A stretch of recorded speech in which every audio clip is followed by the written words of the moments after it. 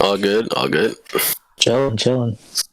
Yeah, And I was muted that whole time for the stream, so awesome. The stream didn't hear that at all. Awesome. Great start. I suck so bad. Damn it! Okay, let me redo that again. All right, everybody, welcome to the damn State of the Game with your boy Junk, who's a piece of junk, exclamation mark junk, because never mind. My co-host for tonight, DreamxEaterx, who is an Xbox Awesome Tournament organizer, as well as awesome friend.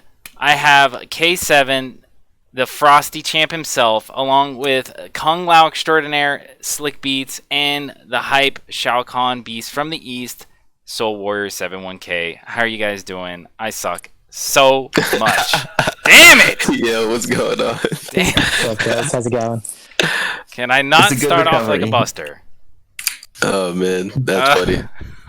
lighten the mood, loosen things up. It wasn't bad. I gotta loosen up. I gotta stand up and loosen up. All right. Anyways, Dream. Shake it off. Dream, start off the discussion. I'm out of here, dude. I'm out of here. I'll snag the wheel real quick. All right. Well, so of course we are here to talk about Mortal Kombat 11. It's a game that a lot of us dedicate a significant chunk of our time to, a lot of energy as well. We all, arguably too much, and I think we all really are passionate and love the game. That's really the key thing here. So we're going to talk about it right now. Of course, we are, I think, a month and a day, almost exactly, into Ultimate Mortal Kombat 11. So the latest patch, we got 3 new characters. We got some overall system-wide changes. Some new, were the new stages? No, that was the Combat Back 2. But, well, we got some new shiny stuff to play with, though. And, of course, I think the biggest change for us on the competitive side was the opening up of custom variations. Which has, and I think Customs has really breathed, in my case at least, a lot of life into the game. It's been really fun. So, I mean, I guess first off, I want to get your guys' thoughts. We're a month into it. K7, how are you feeling about the game? You know, usually you would think that a game like Mortal Kombat has been out for so long starting to get dry and stale, but I think they did the right thing by making Customs into the game. I think when they first announced it, not everybody was too happy. Me being one of them, I was like, Customs, broke shit, I don't know. And then I see that everybody's having fun with their characters, and the new DLC characters are fun, so it's a thumbs up for me. Absolutely. I think that there were some people that were a little apprehensive about it when it was first announced. You know, the daunting task of having to learn what all of the abilities do and whatnot. But I mean, like, that's fun. That's a fun thing to actually do. We've all got a ton of time on our hands lately, so I think it's a great time. SlikBeatz, how are you feeling about the game as a dedicated Kung Lao main? How are you feeling about Ultimate MK11? Well, I love it. I agree with K7. I think it was the right choice to make. I think the main problem with the game at first is when we started off, we had just 2 variations. It wasn't even like MKX.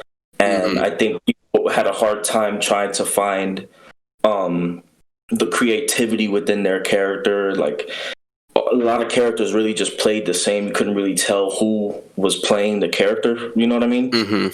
I think with Customs, it just allowed people to find their own way with the character, you know?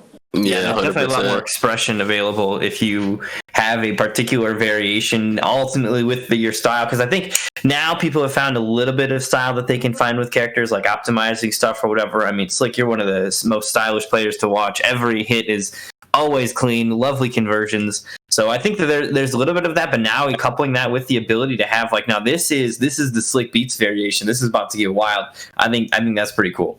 How about you, Soul Warrior? How do you feel about MK11?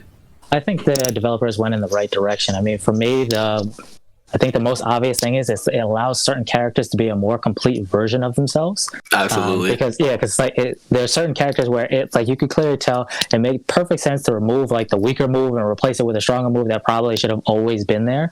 The other key thing is me being a Shao Kahn main. One of the things that I always had trouble with is zoning, right? But I never really had a complete variation that allowed me to add the mid hammer toss in there, and now it's just like I have a little bit more flexibility, and now his variations make a little bit more sense because I can combine my damage output with my anti-zoning and so on and so forth. So to me, that's kind of the biggest thing. It's like we're getting closer to being able to create characters that have their own flavor and style, as well as being just a more complete, better version of themselves. Mm-hmm.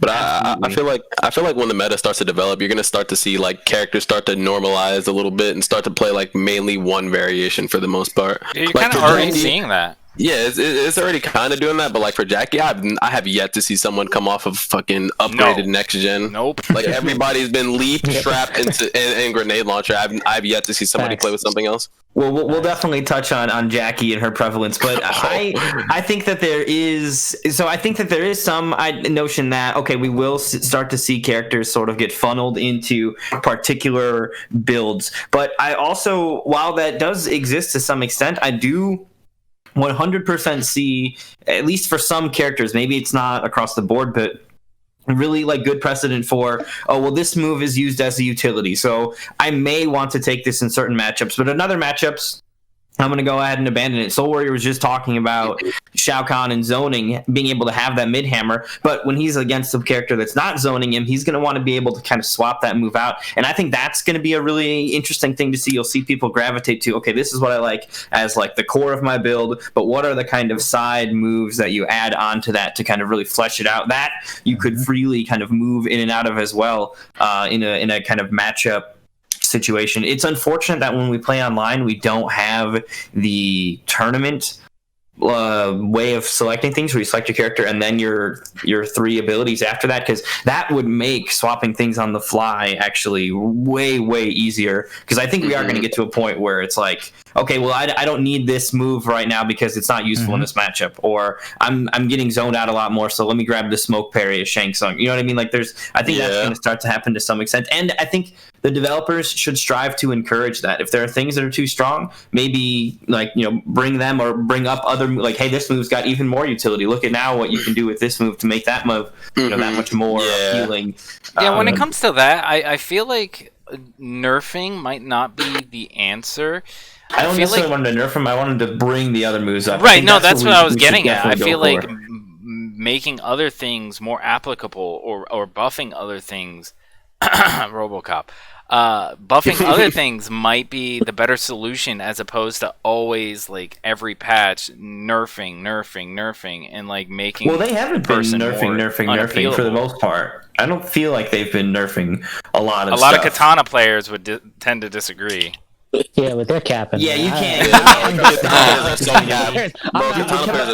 Slide it all. The Katana community is still a year and a half in, fixated on the like, yo, dude, I can't anti-air with back two. No, at no point have they considered like, hey, have you tried, anti-airing with something else? And like, no, man, I made the read that he was going to jump and I hit back two. Oh, the move that doesn't work for anti-air. That's what you read to do. Like, they wanted to do everything. They wanted to have mix-ups on block. They wanted to be their main combo starter. They wanted to anti-air. They wanted to convert off air. Like, they wanted to do everything, bro. Like, you can't win with them. Yeah, I think Katana is definitely one of the characters where the community has they have a image in their head of how they want the character to play, and they refuse to play the character how it actually plays. You know what I mean? Like, yeah, I definitely get you. They have an idea of like, I wish it would do this. I'm like, yeah, well, fucking get some coins and throw them in a well. But until then, this is how the character currently plays. So adapt or die. So it's whatever. I think but for the most part, I don't think they've been nerfing stuff. They've been careful with their nerfs. The Jackie nerf, a lot of people would say wasn't strong enough, right? Jackie. What nerf? Like,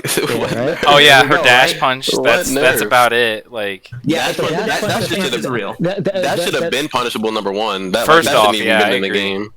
And number two, they were like, okay, so let's make it to where you can flawless block, and even though you can flawless block up to it, let's make it to where shit whiffs. So now you can't even like actually play mind games against Jackie. It literally doesn't stop her pressure at all. I could talk all day about upgraded, but I don't want to talk about that yet. I want to say how like I feel like some characters are kind of shafted with these new custom variations. There's some characters that can't really do shit with the customs. Like Raiden has to play literally the same way he was playing before. Who else can't really play with customs? There's a bunch of characters that just like like Shao, I know you were talking about like the mid hammer, but even so, like you're not gonna use the spear moves. There's a lot of moves that's just not good that aren't like buffed enough for customs and whatnot. The anti. Oh yeah, RoboCop.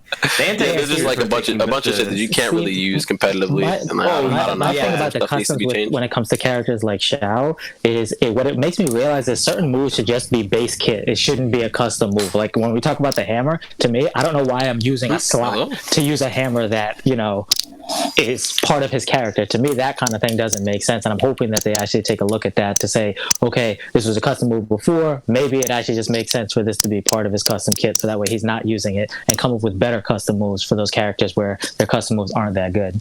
I think we have a good foundation where they can add in additional custom moves. I think that's definitely a key element of the game, is that we have that ability to, like, okay, we can add this kind of the character needs a different string. Here we go. Here's a string adding an ability, and they've shown through the different abilities. Like, Terminator has an amplified short hop ability. Like there's all sorts of ways that they've gotten kind of creative with the kind of stuff they're willing to experiment on and see how the characters work with. Another thing too is they can make so I guess the thing that I'm concerned with about abilities, I think K7 kind of touched on it a little bit, is there are a handful of abilities that basically, as soon as customs got out, got benched. You will never see Cold Shoulder again. You will never see Shang Tsung straight skull again. The amplified, like 2 bars for that to get a crushing blow that plus 20%. And like, nope, not worth it. Absolutely not worth it. I think Wild Cowboy is probably the only one still using that, because I feel like I ran into him the other day and he was using it. Yeah, maybe, but there's a lot of abilities that are. But Wild Cowboy, he downplays. Like, don't listen to him. Oh, he's downplays. Like, that's just evidence for him. Be like, look how bad this character is. Like, well, what are you doing with that ability? First up, like, I don't know. He plays the whack shit and is like, all right, oh my gosh, Shank sucks. Like, bro, you're using the whack shit. Like, use the pro shit. And like, so I think like Shao Kahn's spear charge, that's one that feels like, shoulder probably already does it. Kung Lao's vortex spin thing.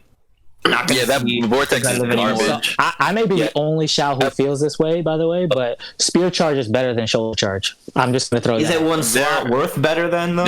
No, it's not worth this. It's not because of the slot. That's the only problem with it. But my thing is why I think spear charge is better than shoulder charge. There's no fast breakaway, so it's like if you pair that with the up spear, you're guaranteeing all of your damage, which is the biggest thing, right? It's like if I have to take all of this risk with Shao, when I land my hit, I better be able to cash out every single time, and you can't do that with the normal shoulder. You have to guess on the overhead amplifier. You actually don't even have to guess. You can actually just wait to see if he does it up or down. If he does it up, you just break. Damn, I didn't even know that. Yeah, it's like you kind of have to like work way harder for your damage with Shao, and it's not even worth it because you can barely get hits with Shao as is. Exactly. We'll talk about Shao in a little bit as well, because Shao had himself some interesting results. But Soul Warrior does pose or bring an interesting point to it, in that there are some uses for the abilities. SlikBeatz, you play Kung Lao. Have you, for example, is there anything about Vortex that people might be sleeping on? Yeah, definitely. It got buffed in Ultimate, and you can actually do Vortex in the air now. And you could always do Vortex in the air. Technically, it was never in the move list. I complained to Paolo about this, and he told me that it secretly could be used in the air if you coupled it with the air moves or whatever. Well, but it was before. But using it in the air is good. Well, now it is, because they buffed it to where if you do it instantly, it's an 8-frame spin, like how it used to be, like in the previous. So on AIM. So if you use that move with the aerial teleport and like Z-Hat or something, it just makes his aerial game and his setup game that much better. I think the move is slept on. The only problem I have with it is that he can't convert off of moves like forward 1-3 and back 3-2, because it just doesn't reach, it doesn't work. And then the move is kind of bugged, like it'll randomly not hit off 2-1-2 and like 1-2, and it just completely whiffs on certain characters as well. And like on Amp, you can kind of convert off of it off some strings, but then it just I feel like when shit's not consistent, it's not good to like use at a high level, because like if you get fucked over, losing a round or losing a game off some shit that should have worked but didn't, like, come on now. Yeah, absolutely. I think the consistency stuff, but ultimately consistency stuff is stuff that NRS can fix. But my argument would have typically been, as a non-Kung Lao player, spin is better. Why would you ever take Vortex? But SlikBeatz, just like what Soul Warrior did, he went ahead and outlined. Okay, you can use it from the air. There's some stuff that you can do from it if you pair it with his air game and stuff. It might actually find its way into some builds. Well, okay, yeah. Cool. So I guess the other ability on the docket that I think is a big standout. K7, can you make a case for Cold Shoulder? Absolutely not. Why would you put that shit on? It costs a move slot for a worse move. Like, Slide is literally one of the best moves Sub-Zero could ever have in its base. And you're gonna be like, oh yeah, let me use Cold Shoulder. Like, get the fuck out of here. Like, you never would have put that on. Yeah, I don't know how they make Cold Shoulder good without nerfing Slide. Like Slide is so good that the only way to make Cold Shoulder even the contender is to in some way nerf Slide. Somebody said nerf Slide. I'm liking what I'm hearing. Please I mean, like the thing I had kind of half thought up was, what if you swapped the crushing blow requirements for them? So now, even then, Slide no. hit random crush blow, you would still not take. No, absolutely not. Either crushing blow for Slide would be amazing. Like, imagine somebody does projectile and you slide under it, get the counter hit because they're still. Damn, you're right. Fuck, man, I was hoping it'd be more of 30. Gotta take a risk. You're literally buffing sub, like 30% in neutral. Okay, I'll take it. There's just no point for Cold it. Shoulder is a case of gotta take a risk. You can't get underneath shit with it. Okay, so here's a question then. You know how Cold Shoulder puts up a little bit of armor? What if it absorbed projectiles on its way in? Are you Jesus! I'm just trying to make Cold Shoulder viable. Oh, come on now. Like, dude, not even RoboCop's OCP charge, air charge absorbs projectials, and he has a fucking shield open. Will you take the air knee more if it can absorb projectiles? Junk? The what? The air knee. Are you going to take it more if it absorbs projectiles? I mean, maybe. Yeah. Alright, well, K7, what about the Cold Shoulder? If it absorbs projectiles, will you take it? Probably not. Right? No, because why would you need to absorb projectiles when you can just go under them with Slide still? It's faster. Yeah. And some characters have 2-shot projectiles, so if it only absorbs one, you could slide under both. Why would you just absorb one? Yeah, spawn players know how that feels. I know exactly how that feels. I play both sub and spawn. Can I ask a question? Can we go back just 1 second here? This question is for can you tell me why Buzzsaw Hat is not broken? Because it is. That's the slick. I mean, so my opinion on Buzzsaw is it's the perfect move to kind of help Kung Lao where he's struggling the most. Like, in the ranges where he didn't have any options, now he has probably the best space control in the game because what you can do with Buzzsaw and how many options he has off of it, because he can put it anywhere on the screen for I don't know how long you can really hold it off the top of my head, but there's just so many mind games off of it. It's a mid projectile, so that with Possessed Hat, I don't know if you guys have any experience with that move, but 413 is safe. It's minus 9, I believe, from jump distance. Nobody's punching that, and it does a great amount of chip. Forward 1-3 Possessed Hat does around 5 to 6% chip. So I mean, the Kung Lao is the best he's ever been in my opinion. I think the Buzzsaw move isn't broken. It's only broken if you don't really have a solid answer for it. You know what I mean? Yeah. Because what's the answer for plus 53 on block? Somebody needs to tell me this. I'm old and maybe I don't laugh enough. Okay, so I here's what you do. What character are you playing? Let's say I'm playing Scorpion. Okay, so you play on PlayStation, so you just hold the PlayStation button and then you go all the way up. Take close application. That usually gets you out of any situation. Can't you teleport around it now? Can't you teleport around the hat when you see it and get behind it? Or does it correct? It releases too fast, and it's if you're anywhere near it, it automatically releases. So it's it catches the teleport. Because the thing is, there's answers for it, but there's so many options that it's there's no way you're gonna read. It's a guess, basically, if you do get it right. So it is broken. So I agree. Thank you. Thank you for confirming. All right. I don't know, bro. No further questions. Closing that worked for me. Sounds like a viable option, K. Yeah, you gotta try that one. Just close the game. There is certain characters that just can make the move kind of obsolete, like Cetrion, of course, Noob Saibot. Oh yeah, because Zetrion does every fucking thing. Oh, Yeah, it's really just about having an option where it covers the most, and even then, like, you can still make it work against Cetrion, you know, because there's just so many options off of it. I mean, I do want to hop in, like, just real quick. Just, I know I keep mentioning RoboCop, but like, in terms of, hold on. In terms of, has multiple. What about RoboCop? I did. I'm feeling FOMO hardcore with RoboCop. Even with the new custom variations and everything, they even unbanned him getting the fire with his command grab. Mm-hmm. I still don't feel the strength with it because he doesn't have any tick. Really, he doesn't have that many tick grabs. Like, he can't tick off of. I mean, that's any not of what his command grab's all about. You can be good with the command. Yo, bro, come on, but Kotal Kahn can have like all these great ones, and RoboCop can't have anything. Different discussion entirely. Like, come on, but like, dude, I'm having difficulties even tick grabbing off like off a down one poke, like that shit's not happening. Like, I'll get uppercut. It did get uppercutted during my down one poke into every command grab. Tick like, throw setup that's on a mid command grab can get uppercutted. It's a mid. Yours is a mid. Yeah. Well, I mean, you might not have any. Well, I mean, that's the thing about a tick throw. The thing about a tick throw is that the only reason it works is because when a throw is active, I'm just saying they need to adjust it a little bit. It's just Junk, you just need to accept NRS got your money. You got guns just like a shop and move on, bro. Yeah, for real. RoboCop is straight being left out in the dirt like a bum, dude. Come on, like he's a zoner, and he's not even like has a chance. The best zoner. They can't make his zoning like super strong, and they make him able to tick grab and do all the other stuff too. I don't think they can give him both. Yeah, I don't think he's meant to be a grappler. I think the command grab is a cool idea, but it's just his buttons are so trash. You're telling me he shouldn't be able to zone and command grab?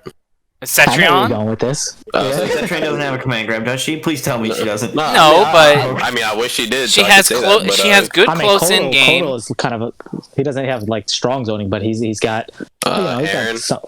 Aaron, true. Yeah. My boy has a whole command grab. It ticks. But he wasn't DLC though. That's what I'm saying. They wanted Junk's money. Yeah, they wanted Junk's money. They got Junk's money. That's gonna be that. Yeah. Nah, Junk, you just got brother. They're all like, "This'll get that guy. Let's put RoboCop in." Yeah, throw some Cyrax Sector skins in there. He's definitely getting this. Oh my god! Put Cyrax and Sector in there in general. I was Cyrax made an MKXL. This guy, not only did he buy 3 copies of Mortal Kombat, he also bought the RoboCop. Like what? Oh my god! Look at this clown. So we're gonna make RoboCop good. Fucking Ed Boon's just laughing in his chair right now. He loves it. All right. Well, so we talked about kind of the characters that you guys play. Are there any other characters or variations that you guys have seen that have been really kind of interesting or sparking some discussion in the community? Personally, I think the Shiva fireball stance thing was a really interesting thing to see coming out of Foxy Grandpa at the We Play Dragon Temple. What about you, SlikBeatz? Are there any other kind of crazy variations that you've been bumping into maybe in Combat League? Well, I mean, I don't know if you want to talk about Jackie now, but I've been seeing so much more Jackie. It's insane. And it's been the up next gen graded or whatever? Yep. I've seen a little bit of everything. I mean, I think first round upgraded is even worse because you can. Oh yeah. You can have the string cancels with the lead cancels and shit, and that is just so dumb to do. So like when you lose to these upgradeds or these Jackie players, do you feel like they're better than you? Like you feel like you're getting outplayed? I just gotta know. Tell me how you really feel. But like, honestly, I've been kind of a Jackie down player before MK Ultimate because I've always kind of felt like Kung Lao counters her in a way because like I could just jump back the whole game and she can never leap basically, and then If you couple that with the zoning, and then you do it with the stream cancels and the unbreakable damage with the clench KB, and it's so dumb. It's like, how are these not restricted? Like, how are these not? How is the zoning with you can be literally anywhere on the screen and make me not move at the same time, you know what I mean? Yeah, which is crazy. Like, it's crazy to think that they let Jackie like actually get out of customs with that, and you got to think RoboCop couldn't use flamethrower and command grab. Yeah, bro. Like, okay, I got my money. I knew I was gonna get that on that one. Lead back to RoboCop. RoboCop can't use trick shot. Soul Warrior, have you seen any interesting builds out there in the wilds of Combat League, or perhaps even in tournaments? You've had some cool tournaments. Anything you saw recently? I'll speak on what I'm using, which is Scorpion's Demon Breath is a move that I think is underutilized. It's so plus on a hit when you don't amplify it that it's just like it guarantees a 50-50. It's super strong in the corner as well. It's just, again, it's plus 18 on hit, leaves them restood, and they can't jump, they can't duck, they can't do anything. I know everybody was complaining because they took away the throw, but actually them taking away the throw is what opened my mind up to the possibility that, hey, maybe there's something a lot more here, which is why that throw, because before, I don't know if you know this, but the throw was guaranteed off of Demon Breath in the corner. Yeah. But now it's just, you don't need that. Like, you're plus 18 anyway, so it's that forward 4, which is the low, or you do back 3, and everybody knows I'm all about back 3 gang. I'll back 3 for the entire round if you don't want to block that low. So for me, that's why what I've been exploring. Now, when it comes to going into rank play, again, obviously, next gen upgraded is something that everybody I think is seeing a whole lot of. I'm really surprised that I hadn't seen as much noob as I thought I was going to see, because like noob I think has strong custom abilities, but I haven't really been seeing it nearly as much. What I haven't been seeing though is Liu Kang's with the low fireball and the command grab with the buff up as well. Like, that shit is even more wild than Liu Kang ever was before. So it's like, I don't know if anybody else has been running into that, but that shit, I think Liu Kang is one of those characters that K7 had alluded to it earlier, that has like this is what you want to do, everybody gather around, we found it. Yeah, exactly. Liu Kang is definitely an example of that. I mean, if you look at his other abilities, the teleports off of the Dragon's Gift, not worth it. You can jump over literally all of them. It's ridiculous. Both of the stances don't do anything phenomenal. Even that crushing blow, which because it has to be literally the very next hit has to be the other one, right? So you can't string into it, you can't confirm into it. You have to take the risk to go for the KB, which is the only reason to use the other nunchuck stance. What are some other Liu Kang abilities that could even hope to dethrone the 3 that you just listed? Literally none. I don't think there's any reason you low fireball gives too much utility. Low fireball is plus at max range. Yeah, launches in the corner. Like, you would never get rid of low fireball. I'd never see any reason to do that. The parry is the only one that makes a little bit of a argument to replace. But even so, I don't think so, because I don't think it does either. I think it loses, but I think it's the only one that has a little bit of room to try to talk. I mean, that teleport that he has is also. Yeah, no, I've seen people use teleport's garbage. Yeah, but I've labbed against it, and the teleport is not really that great. Well, okay, so I'm thinking of the Dragon's Gift teleports, the offensive teleport. Now, are you talking about the more Raiden-esque teleport? The one where he can attack, basically. He's talking about the mix-up teleport. See, the mix-up teleport, all you have to do is neutral jump over literally all 4 options, and but it's still quick. You can back jump. You actually don't even have to jump at all. You can actually poke out every single option. I don't know. I don't think it's worth it. But I'm not a Liu Kang player, so perhaps I could be wrong. But okay, so Liu Kang with the armor. Well, I guess K7. Have you seen, other than next gen? What have you been? Is there something popular that you've been running into quite a bit of? That Cabal. Y'all ever played against upgraded Cabal? Oh my god. Oh, see. Gas blast, gas. I forgot about it. Let him slip through. That upgraded Cabal. He is nuts. I was labbing him, and there's a lot of situations that are just not fair. It's actually not fair, especially with the way this game is set up with anti-airs and whatnot. How it's hard to anti-air. And you got Cabal jumping around with jump 2. Yeah, you got Cabal jumping around in the air with his broken jump 2 and jump 3. Yeah, no, that's busted. There's other stuff too, but mainly that is really what's getting to me. That upgraded Cabal. Okay, cool. Yeah, I think that's a good variety, though, right? For us, kind of going around the room talking about what we've been running into. I think that's pretty cool. Junk, do you have something to add to the pool? Something different we haven't discussed yet?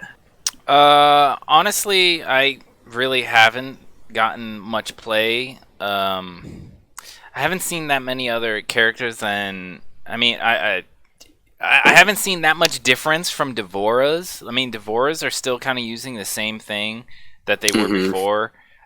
So I feel like she's kind of been left behind. Well, I mean, when it comes to Kano, I feel like Kano definitely got a huge, buff with everything that's been happening. What's the build that you've been seeing or wanting to use with Kano lately? So I've been seeing a lot of people using the same kind of build that I've been using as well, where I'll use the manhandled, which is the combo extender with off of the extended Q4 strings and to grab, and then the command grab and acid, or to use like basically a good mid punisher is his biopole. That biopole punishes a lot of things from pretty good distance away. I probably shouldn't tell you this, but like when Rambo puts down his claymore and fucking Kano no way claymore, it's so fucking annoying. So you're not allowed to use this against me. You have to wait for somebody else to tell you about it. Right. So I mean, that shit's really good. I even played against a Kano, and I was like falling into the same traps that I do to other people. Like, just once you don't need the Molotov anymore, so you can cut that out of your entire kit, because you off of amplification, off acid, you already get the lighter, so that already gives you your plus frames if you get them in the corner.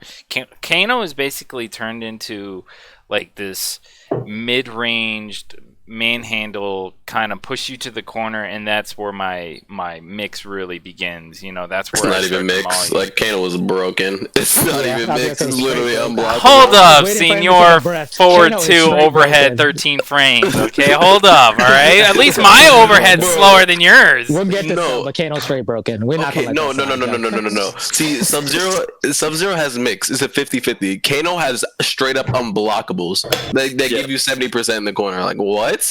Unblockable? Come on now. No other character has an unblockable in the game besides Kotal, and that shit is weak. Like, bro, Kano is so busted. Like, I don't know. You don't have to play him with that bio pull or whatever you're talking about. You can just play him like manhandled, command grab, and acid, and you're literally top 1 character in the game. Top 1? Hold up. Argument. I'm not on that train, but he's good though.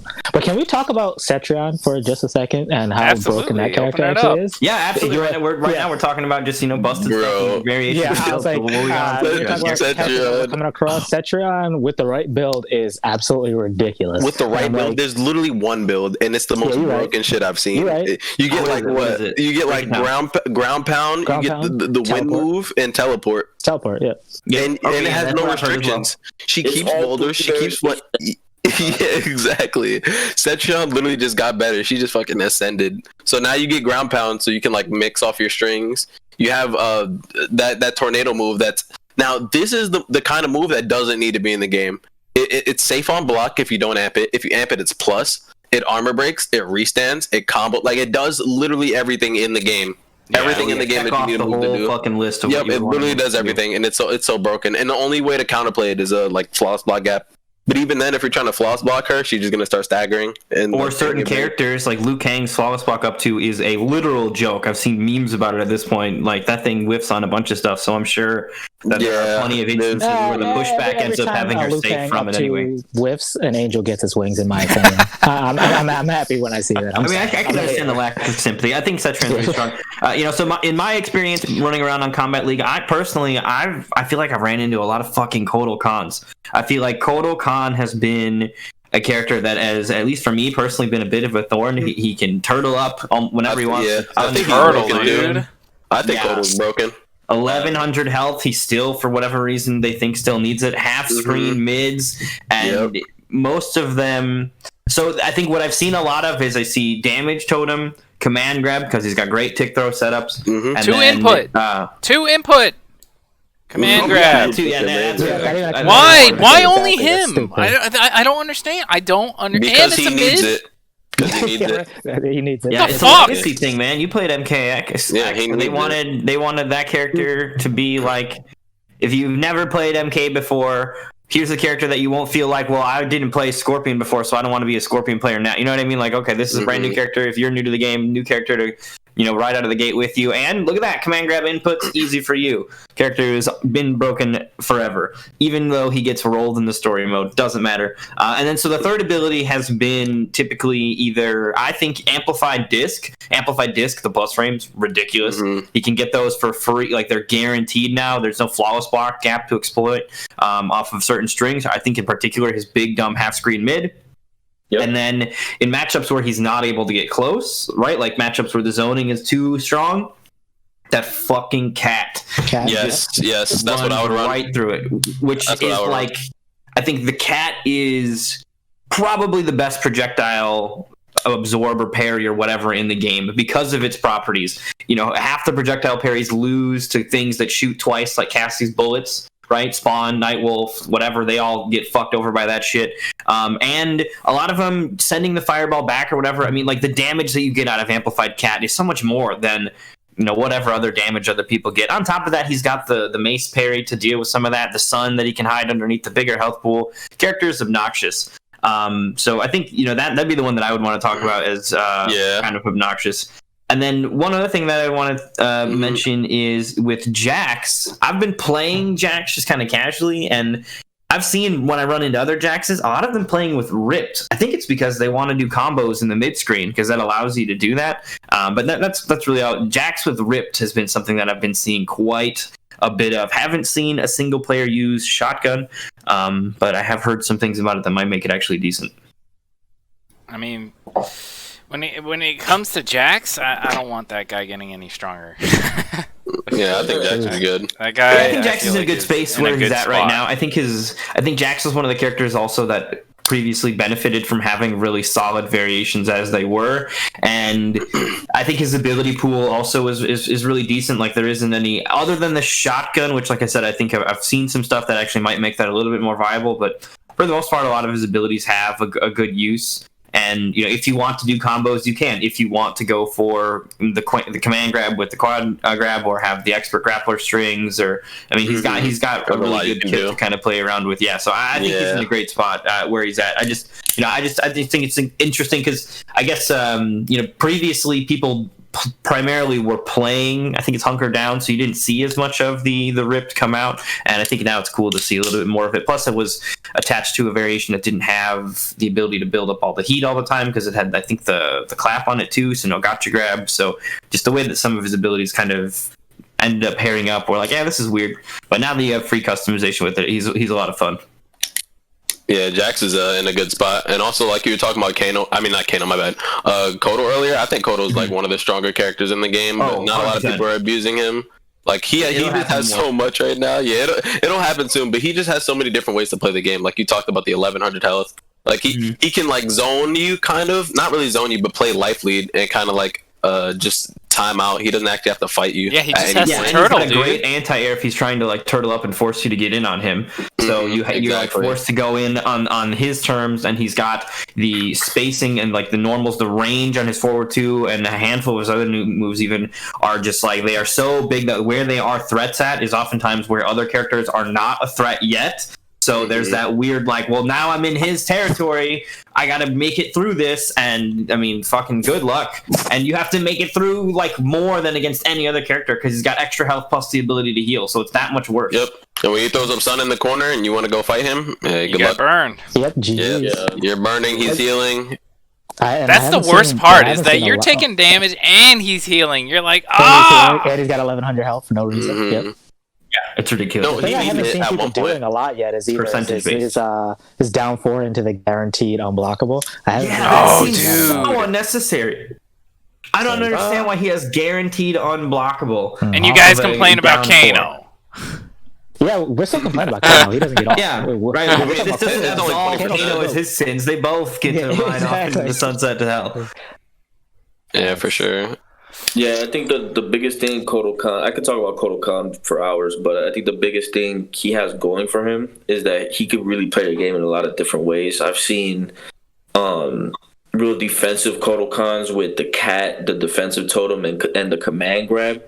So, like, they can kind of lame you out in a very, like, weird way where, like, they can get in easily and just command grab you and safely, you know, hunt for the combo and stuff like that. And then it just takes you so long to try and kill him because the extra health, the sun ray, the defensive totems, you know. And then he has the offensive totems as well, which is like completely broken with command grab. So like he is one of the better characters in the game. Yeah, he's really solid. And his armor break is dirty as well. That sword, that's a sword swipe +% I run the armor break. Yeah, like absolutely insane. It's it's a default move. That feels like one that's like that is a like Concut isn't in the same boat as Cold Shoulder. Concut has some viability to it, but in my opinion, I feel like I would always want to have the armor break. He's got enough other ways to kind of launch and do great damage that exactly. I feel like taking Concut isn't a necessity. Maybe in some matchups I'd want it, but for the most part, I'd be all about having access to that armor break because that armor break hits for ridiculous damage, and it's one of the ones that has like better coverage, right? Like, so there are some characters that have an armor break, but like where it ends up hitting, people kind of slip out of it. Kotal Khan is going from the ground where you're headed up to where you're at, and it is all hurtbox on the way up, or hitbox on the way up. So it's very different from some of the ways that other characters have to kind of throw theirs out there. It's extremely strong. Yeah, I would play him hit and run. Like, I don't feel like people are playing him wrong. Like, people are like, oh, I can't get in, I have no mids, I can't do this. Like, bro, you're literally just playing the character wrong. Like, you get totems up and you short hop and you do like 15% on short hop, or like you throw, you get like 20% on throws, or you get another command grab, you get like 3 stack command grabs, and now they're blocking. You know, you get throw KB 40%. Like, I don't know, people are just playing fucking Kotal the wrong way. I think that's the I think in the right hands. Well, we're only a month in, but in the right hands, with some time, Kotal will definitely become a force to be reckoned with if he doesn't get adjusted. Which it seems like NRS has been slow to make adjustments, and it oftentimes also feels like that their adjustments are not necessarily heavy nerfs when they are. So I mean, I could maybe see Kotal losing the extra 100 health, but does that really change it? No, I don't think it does. So. I mean, if you look at the tier list, just annoying. NRS never really shifts the meta too much. I mean, how long have we seen Jackie, Liu Kang, Cetrion, Joker, and now, I mean, that last slot could, you know, be up in the air whether you want to put Fujin, Geras, or what have you. But still, those 4 have been in the top for quite some time. It used to be Johnny was up there, but now it's just consistent. Jackie's always there, Cetrion's always there, Liu Kang's always there, and Joker's there. I mean, out of all the DLC, Joker won out the most. I mean, the man's got pressure, like absolute crazy pressure, and a lot of his strings are disjointed. Like you can't like actually crush them per se. You know, like it's his weapon that's hitting you. It's not necessarily his arm. So like I just don't see them shifting the meta too much. Like, I mean, when are you gonna see Shao Kahn at the top of the tier list? I mean, I haven't seen him. Well, if we want to get into Never. it, I think. I mean, I think I want to. Well, all right. Look, I think that we're only a month into Ultimate. Shao Kahn just won the EU First Pro Tour event. Now, there is a slight asterisk in that some of the top players that would have competed in that were at the Dragon Temple that weekend, i.e. Foxy Grandpa, Dizzy. Neither of them were in that Johnny for 75% of that tournament. Jill saying. Okay, fair. But I mean, I didn't end up seeing the whole thing, but I mean, Shao Kahn is at least able to compete. It's picking him isn't some sort of death sentence or whatever. Like, the character is still solid enough, and I think that. I just think it's a myth that, well, I guess maybe it's a myth, but there's this weird, when people say, oh, Shao's bottom tier or Shao's the worst in the game, I feel like it comes with all this super heavy connotation of like, if whatever you do, don't try to play a Shao because you can't win. And I think that the reality is that, like, no, Shao is just hard to play. Like, it's a character that takes a lot of time, a lot of work, a lot of patience. But if you have that, you can actually find a way to make victories happen with this character. And I think that I guess I would pose. Here's an interesting question that I'm curious how people think about it. Do you think that if X player wins with whatever character and is unstoppable, is it the character that is strong, or is it the player that is strong? Like, is there ever so for the people that say, oh, it's not Shao Kahn that's winning, it's Video Games Yo that's winning. Do you guys feel like that's a valid statement that, oh, it's just Video Games Yo, he's the only one that can do it? No, I think if I can take this as the resident Shao main. Yeah, of course. You're up first. Yeah. For VGY, it's probably a combination of both. It's that one kid is a god tier player. Like, you can't take anything away from him. I don't think it matters whether he plays Shao or he plays somebody else. Obviously, he plays other characters more than he plays Shao these days, and he just makes it work. And I think that he's able to translate it into playing Shao in a way that probably most people will never be able to match, simply because, like I said, the level of play that he's playing at, it's not the character, it's him, but he's making the character work because of the way that I think his mindset is, and the way that he plays the game is just very, very intelligent. That being said, my biggest issue is not whether Shao can win, right? Can any character in the game theoretically win? Yeah, RoboCop included, right? Play Sunio and then tell me that he can't win, right? It's just like people can win absolutely with basically anybody in the game. The question for me is why would you pick Shao over anybody else that you can pick, other than the fact that you're known for being a Shao player and you just want to bring the hype? There's no real reason to play Shao right at this point. He can win with any of his other suite of characters that he has, again, but he is the Shao god, so he's doing that to bring the hype, essentially. Now, if there was $60,000 on the line, is he bringing Shao, solo main Shao? Do I think he could do it? Yes. Would he do it? Probably not, because it doesn't make sense to work unnecessarily hard when money is on the line. So whether he picks Shao or not, like, I would never like shit on him because, well, you didn't pick Shao in this. If money's on the line, pick the best character that you can win with and go do that. And I don't think that that's going to be Shao. I think Shao is a cool character, but again, we also saw on the flip side, we saw Forever King, right?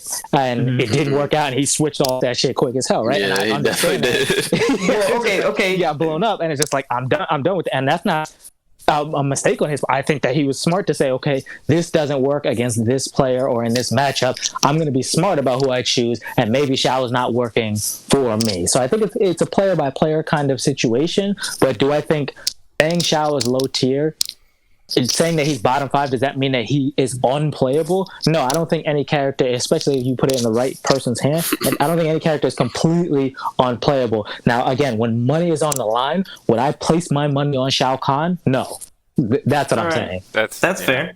All right. So, I mean, I guess I'm still, I hear what you're saying. Me personally, I feel like there's, if Shao Kahn is secretly the best character and Video Games Yo is the only player that knows how to tap into it, like, if all of a sudden Video Games Yo, and granted, you make very sound arguments that probably won't happen. He's a good enough player that he knows other characters have better tools to get the job done, that why would you force yourself to struggle with the character? Absolutely agree in Shao's case in particular.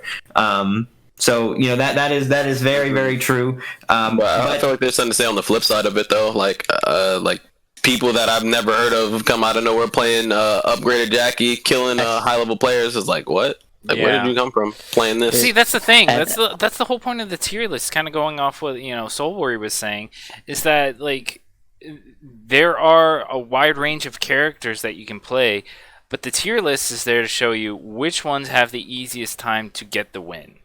These characters are the top because they're strong in the sense that even if you're a subpar player, you could still get that win with them because of the tools that they have. Like, if you had two skilled players at equal level and you had them match up with one player being a bottom tier character, say like Shao Kahn or RoboCop, and the other person playing a high tier character, say Cetrion or Jackie, who's gonna be winning more of the matches between the two? Equal skill level, both know how to flawless block and all that kind of stuff. Both have their knowledge. The matchup list starts like, what is it? Like Shao Kahn's will say like 6-4 or 7-3, something like that, or whatever would be the score. And so when we talk about tier list, what people have to remember is this tier list isn't necessarily based on how one or two players do in a tournament. To me, it's like it should be based on their matchup charts. And it's just like, if I were to think about, like I said, Shao Kahn's matchup charts, how many winning matchups does Shao have? I think he's got a lot of 5-5s. right? He's got a lot of 5/5s, that winning matchups, and that's to me what makes him a little bit. And again, you don't have to have every character doesn't have to have a million winning matchups, but it's just like if you're talking purely from the sense of how do you rank these characters, then you have to go off of how does this character do against the rest of the cast, not necessarily what his tools are in a vacuum. Because it's like in a vacuum, I think Shao has actually a lot of good tools. Like I think his down 4 being plus 20, which guarantees the jail mid-screen now, that's a phenomenal change. I think his back 3, having been sped up a couple of patches ago, that leads into more than 40% in the corner. Phenomenal change. Like he's got, and his stand 1 being plus 4 on block. Again, all these tools work well, but in a game when flawless blocking is a thing, right? And at the highest levels, you are going to get flawless block when 1-1 staggers, or you have Jackie who has 9-frame mids out the ass, and it's just like she can take her turn back over and over and over. That's when it starts to be like, okay, I don't know. Now this character's not so good. Yeah, it's like not so good. It's just like, and yes, if you are a pro level player, and I don't claim to be a pro level player, so I'm like, if you are a video game Joe, he can just think and play different, react different, way he can kind of make that probably work more often. But again, in a long set against Foxy, against Tekken Master, against all of the top, is Shao gonna win out? I don't know against those characters. Like again, if that was VGY in that finals against Tekken Master's Jackie, is he running Shao? Absolutely not. Probably not. But I mean, I guess I don't think it's too much about. So one way to kind of, I guess what I'm trying to say is that I don't think there is like Shao is maybe a bad example.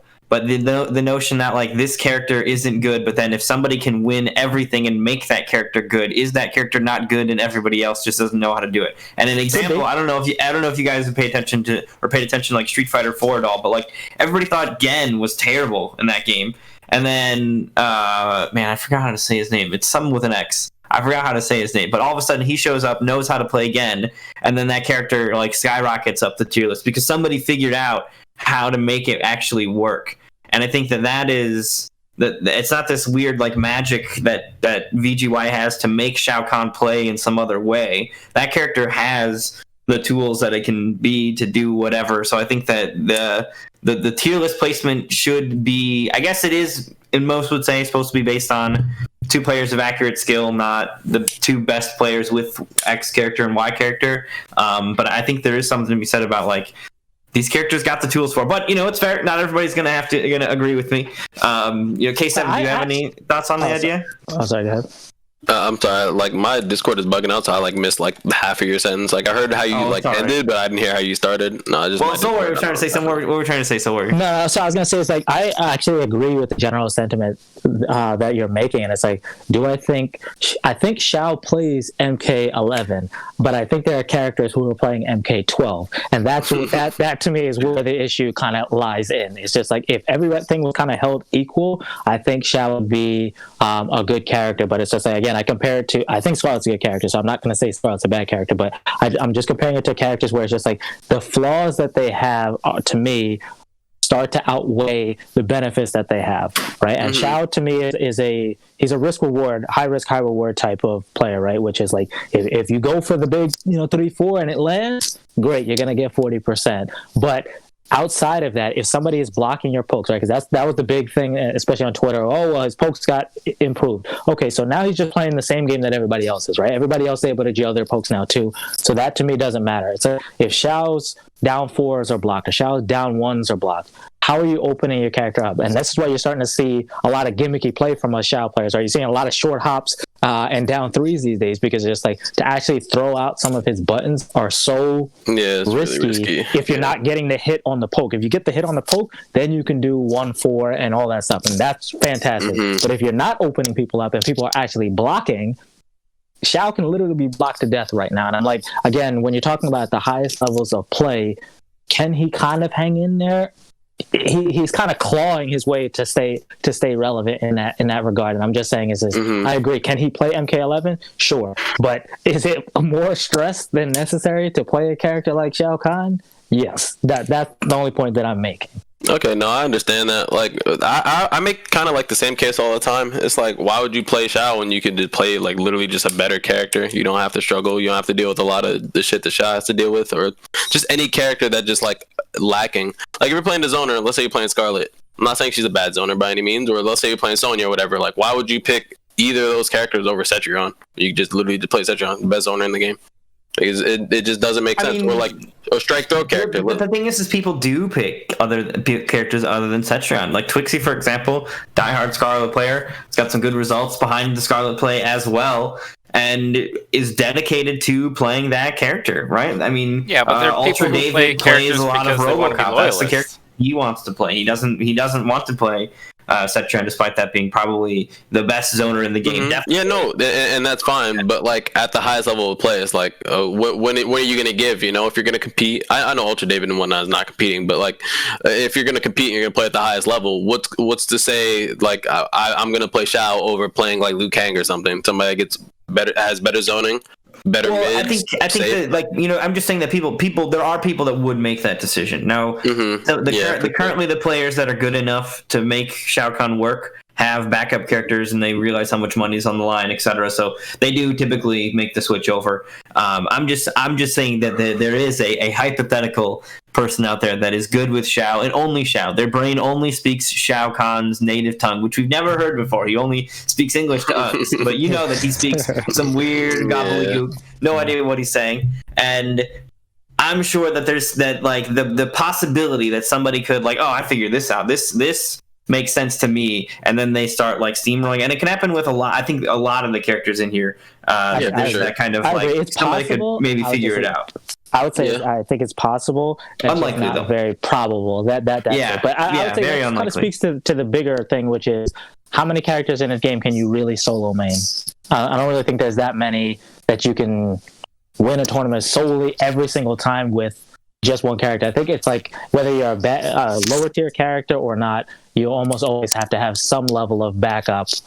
Maybe, like I said, the exceptions maybe like the Liu Kangs of the world, and but for the most part, I think you still have to have some backup. I mean, I don't know. I'd slightly disagree, because like the only time I feel like you would have to switch is if it's some like ungodly awful matchup. But like I don't think there's any like 7-3 matchups in the game, so I feel like you can just solo main pretty much any character. At least in my opinion. Well, K7, I don't mean to call you out, but in the Nightmare Series finale, you switched over to Spawn when you were playing Izzy on stream. Oh yeah, no, for sure. You made the switch to Spawn. Is that a matchup that you just did not enjoy playing? He was playing Jackie. He eventually switched over to Jackie. Like Jackie versus Sub is like not fun, and I just haven't had enough experience with the Jackie versus Rain, so I was like, let me just go Jackie versus Spawn. Okay. I feel like he can like outspace her, but that's like pretty much it. Like Sub-Zero can't fight her. Like I think Sub-Zero versus Jackie is probably the worst shit ever. But all right, yeah. I mean, the only reason I mentioned is because I recently did a match analysis, and that was one of the matches that I watched. So it was, it's fresh on the brain. Mm-hmm. So, but interesting. I mean, I think it's because I think that liar. No, I'm not calling you a liar. I'm saying it's interesting that you say very few reasons to switch.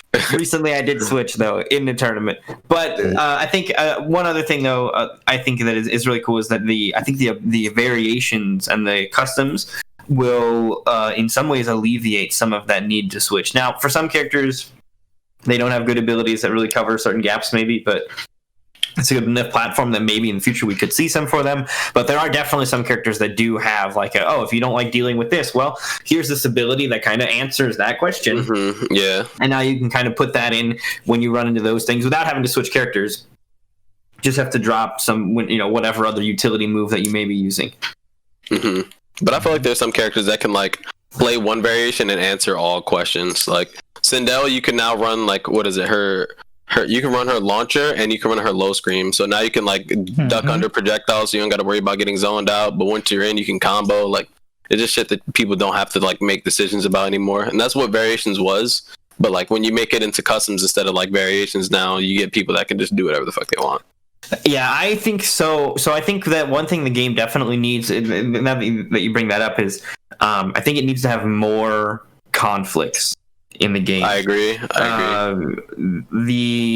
you know, I don't feel Gears, like John should be I mean, walking around what are on the current shields. conflicts that exist in the game right now? It's totem. The ones that I know of are can't have multiple totems other than the one set that already is in the game with you. Mm-hmm. And then Gears has a band coupling. What is it? The sand clone and the sand. Yeah.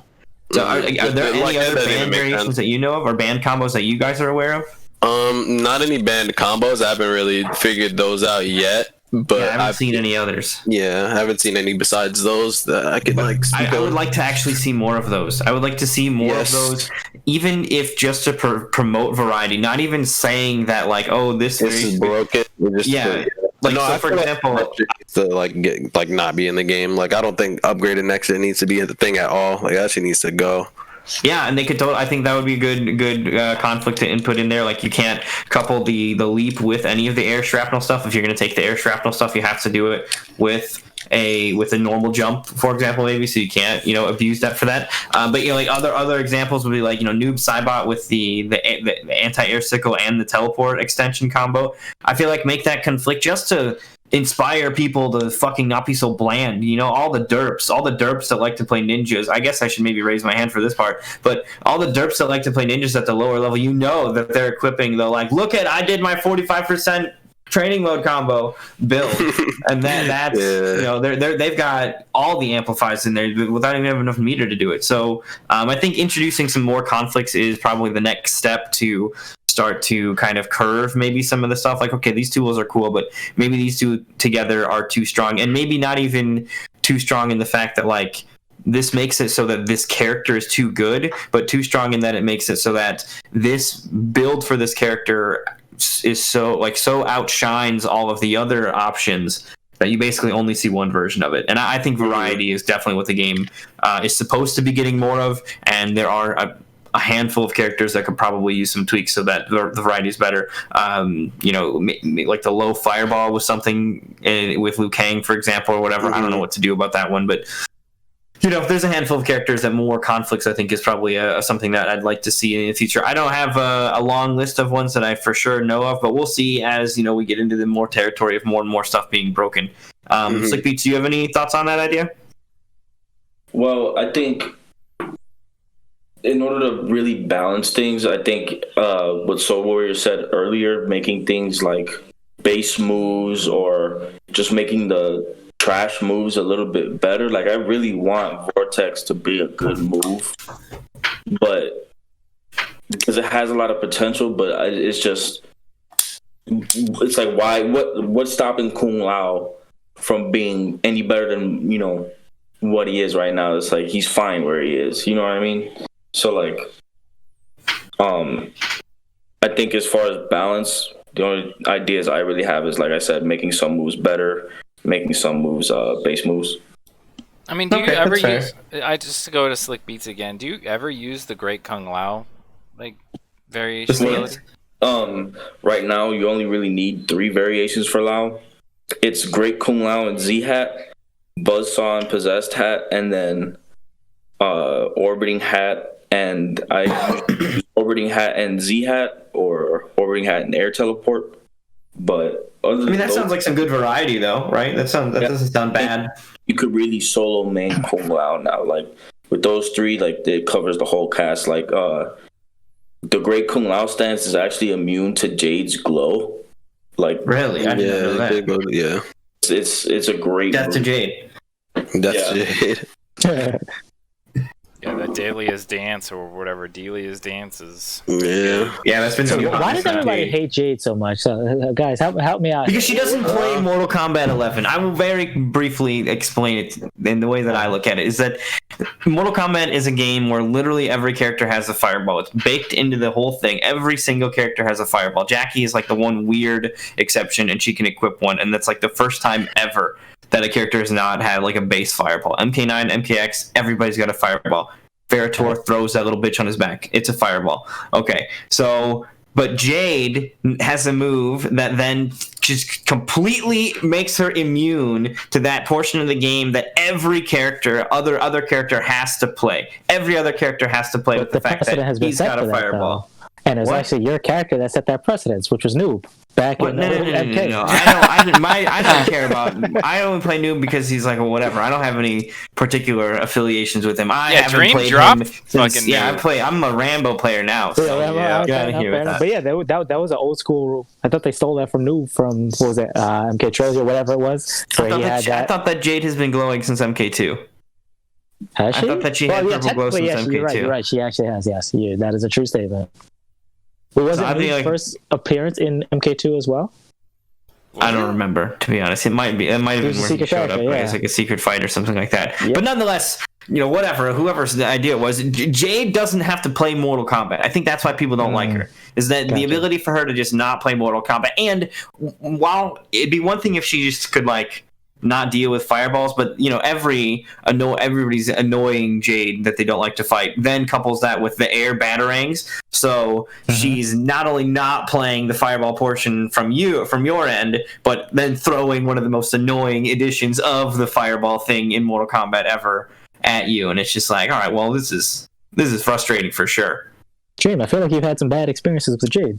Yes, she fucking, the homies go right through her. Why does other bullshit get to fucking hit her out of her thing? Why did this corpse drop, or the frost bombs, or whatever got us onto this topic, the Great Kung Lao? I got a whole ass homie with a sickle made of metal, not made of spirit energy. Fucking hit that bitch.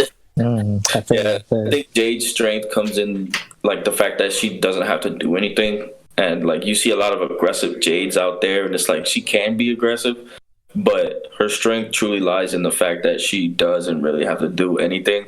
And then I think, I was about to say something, but I low-key forgot. But things like Orbiting Hat, like I can't believe Orbiting Hat like doesn't hit her while she's glowed. Like it's not a projectile. I don't know why. Like dude, it's weird the things that do end up defeating glow and the things that don't.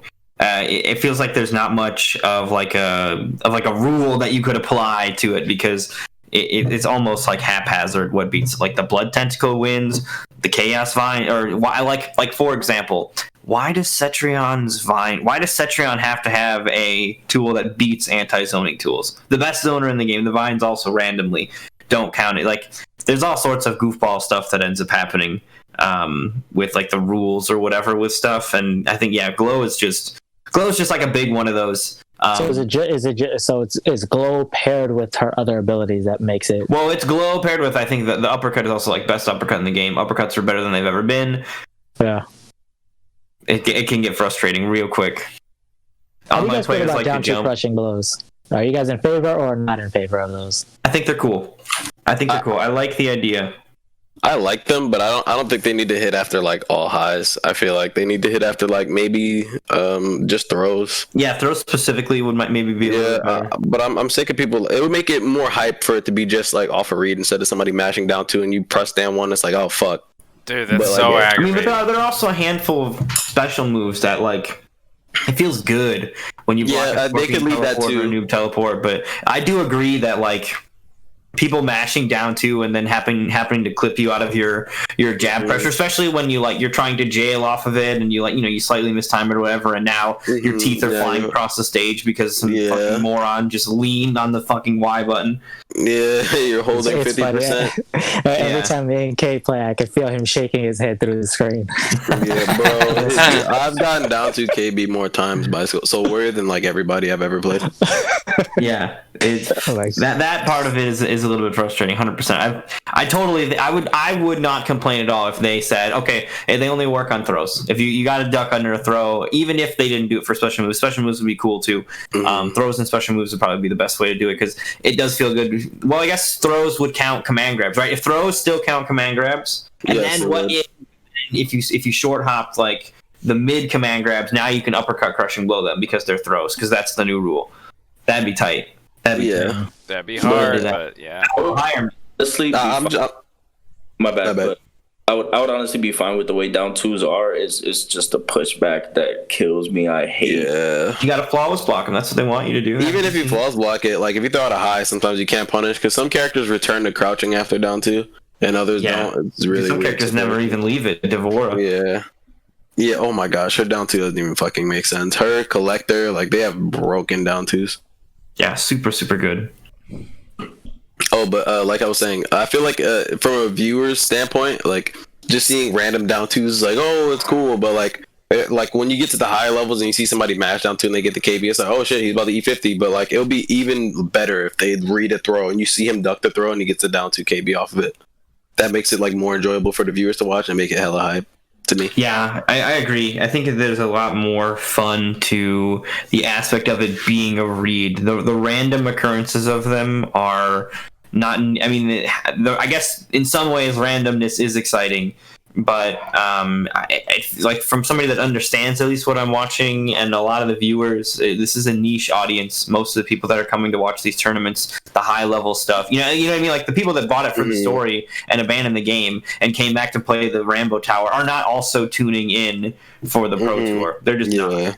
So from that perspective, I think it is a lot cooler when it ends up being like the reads and stuff like that. And as a viewer, it is a lot more satisfying when there's stuff, you know, as a commentator, that's what I primarily do within the scene. It's a lot more satisfying when I can, like, you know, commend a player for making the read, making the call out, as opposed to like, oh, fucking random crushing blow. There we go. Yeah, exactly. Into the like fatal blow, 45%. GG, oh, bitch. sick. He was mashing down two, gets the crushing blow. I oh, know, nice. dude. Family Feud, and he knew the answer.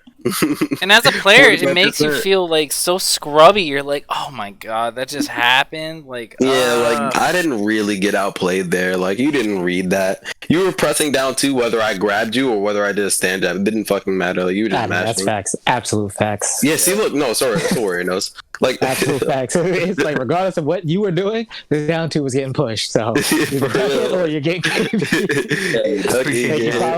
it real. Boom. Hey, like, bro, you mash it because it's just there's so much pushback, anti-airs, some down to super far, and then it's like, why not? I mean, you can, if it anti-airs for some characters, you can convert that into really solid damage. It's a lot of characters that can do it, and it's been that way. You know, uppercuts have been doing that since MKX, MK9, even. You know, big uppercut, reverse uppercut combos. That's been a thing for a while, so it's not, you know, unprecedented. But yeah, uppercuts are, in my opinion, they're the best they've ever been. And in a lot of ways, uppercuts have been like one of the staple things about Mortal Kombat. Back in the day in MK1, it was all about like, dude, you see this uppercut and he flies across the screen. You know, if you didn't know how to do a fatality, what'd you do? You did an uppercut. Like, that was what you did, and that's kind of how it's been for a while. So I think this is a cool way to like kind of showcase like the uppercut. You guys remember how cool this was? This is the best it's ever been. But it's pretty cool. But I feel like the crushing blow could maybe use a slight tweak. But uppercuts are awesome, and they should be in Mortal Kombat. So uppercut crushing blows they gotta stay. We can tweak them, but they gotta stay. Yeah, and I feel like everybody still has a universal hatred for the breakaway system. How it's still, you get the accidental breakaways. So still something that'd be that my top of my wish list, honestly. Like, character should decide. No. Top of the wish list is the Wi-Fi filter. That's on the top of the wish list. I disagree with the Wi-Fi filter. No, dude, like, offline doesn't, like, offline, the Wi-Fi filter doesn't fucking matter. And like, I look forward to going back to Combo Breaker, to going back to Frosty Faustings, and then like the tournaments that I'm going to watch, that I aspire to hopefully commentate or whatever, even if I'm not on that stage, the stuff that I'm going to be watching, the Wi-Fi filter is not going to be part of it. I mean, maybe in like but this is an online game. A majority of the games matched are not offline; they're online. Yeah, I don't care about that shit, though. I don't care about that shit. Like, well, you don't care about that shit, but I do. I mean, there's plenty of players out there that do give a fuck about that, and I'm one of them. You know, all I play is, like, online matches. Most of the time, I don't get an opportunity to play offline that often, so it would be nice to have a Wi-Fi filter so I can decide whether or not I'm going to play this guy. I'm just saying, and have terrible ping. Yeah, no, I'm gonna tell you why those. I would actually take a step further, Junk, which is not just you don't need just a Wi-Fi filter. You actually need a ping filter, because I've played plenty of wired players where their wire is connected to a router located in the middle of the ocean, and that ping is still trash. You need a ping filter. But I also hear what DreamxEaterx is saying, is that it's just like from how the game would play in its proper state, which is technically not the online state. It's just like, it may not be the first priority, but I also hear what Junk is saying too, because it's like 90 probably 90% of matches that happen, at least in this time frame, happen offline. So I think both could be addressed, and it's like I really don't think that adding in a ping filter is not really that big a deal. I'm like, there are games with they're not exclusive. They're 100% not exclusive. I guess what I'm basically arguing for is, do we make the game better, like the game, just literally the game, objectively, what we would say objectively better, or do we make our own personal experiences better? And it's neck and neck, photo finish on which one of those finish for me. I really care about the offline scene, and I really think that taking away that accidental breakaway, it happens to literally all of us. It's not a scrub. It's not a get good kind of thing. Perhaps, you know what, arguably, if Paolo or one of them would just come out and say, no, we want accidental breakaway. I mean, they showed an accidental breakaway in one of their trailers recently. Yeah, and in the combat cast. I'm going to tell you why neither of these changes that you guys are asking for are going to happen. So one of the combat casts, I think Tyler was playing. You know how they do like their devs play each other or whatever. They were playing, and then one of them got an accidental breakaway. He was like, oops, got an accidental breakaway there. And they're not changing it. Just off of that one, you know they're not changing it. And the second thing, Wi-Fi filter will literally never come to this game.